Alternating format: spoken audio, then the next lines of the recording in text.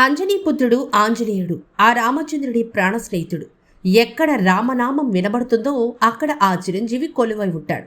తన అపారమైన బలంతో భక్తితో లోకాన్ని మైమరిపించిన మహావీరుడు మన హనుమంతుడు.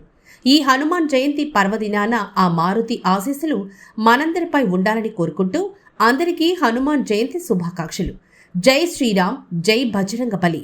భయం ఉన్న చోట ధైర్యం కావాలన్నా, అపజయం ఉన్న చోట విజయం దక్కాలన్నా మనకు గుర్తుకొచ్చే మొదటి పేరు హనుమంతుడు.